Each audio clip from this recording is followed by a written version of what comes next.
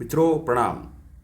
हमारा आज का विषय है प्रेम एक व्यक्तिगत संबंध या सार्वभौमिक बोध। कृपया चैनल को सब्सक्राइब कर लें।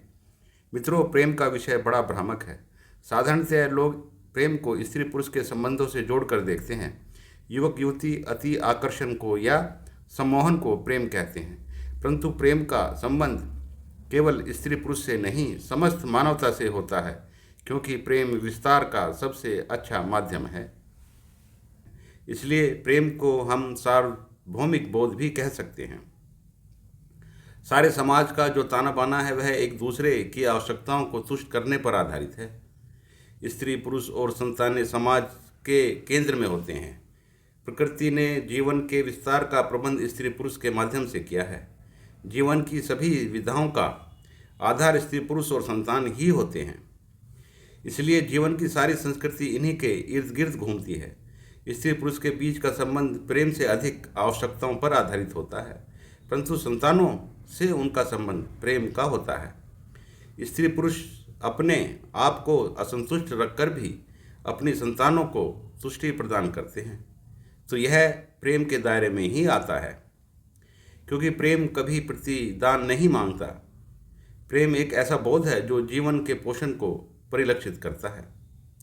संतानें अपने माता पिता से अपनी आवश्यकताओं की पूर्ति करती हैं और माता पिता अपने प्राकृतिक कर्तव्य का पालन करते हैं। संतानों का माता पिता से जो संबंध होता है वह आवश्यकताओं का होता है, परंतु माता पिता का जो संतानों से संबंध होता है वह प्राकृतिक कर्तव्य और प्रेम का होता है, क्योंकि वे कभी रिटर्न की उम्मीद नहीं करते। प्रेम में मनुष्य खुद को खोकर भी प्राप्ति का अनुभव करता है। हम यह तो कह सकते हैं कि माता पिता अपनी संतानों से प्रेम करते हैं, परंतु यह कहना कि संतानें भी अपने माता पिता से प्रेम करती हैं तो ये अतिशयोक्ति होगा। संतानें भी अपनी संतानों से वैसा ही प्रेम करेंगी जैसे कि उनके माता पिता ने उनसे किया था, क्योंकि जीवन की गति आगे की ओर होती है, पीछे की ओर नहीं। परंतु प्रेम का एक दूसरा पहलू यह है कि वह एक मानवता और समभाव से भरा हुआ बोध है। यानी प्रेम को हम मानवता और समभाव की अभिव्यक्ति भी कह सकते हैं। कमज़ोर व्यक्ति की मदद करके भी आदमी सुकून महसूस करता है। लोग पशु पक्षियों की सेवा करते हैं, मानवता की सेवा करते हैं तथा जीवन को बचाने के लिए तरह तरह के उपाय करते हैं। यही प्रेम का स्वाभाविक स्वरूप है। जब लोग अपनी आपसी आवश्यकताओं से अलग कर्तव्य बोध से भर जाएंगे, तब उनके अंदर भी एक दूसरे के लिए प्रेम फूट पड़ेगा। जब तक लेन देन होता है, आवश्यकताओं का व्यापार होता है, तब तक तो हम नहीं कह सकते कि कोई प्रेम होता है। हाँ, जब वे आवश्यकताओं से अलग एक दूसरे के प्रति कर्तव्य से भर जाते हैं तो उनके अंदर प्रेम का प्रस्फुटन हो जाता है। मनुष्य का प्रकृति के प्रति लगाव और प्रकृति की सुरक्षा के प्रति कर्तव्य बोध भी प्रेम का प्रस्फुटन है, क्योंकि प्रेम का विस्तार असीमित होता है। जब तक मनुष्य अपनी आवश्यकता पूर्ति में व्यस्त होता है, तब तक उसके अंदर प्रेम का एहसास नहीं हो सकता।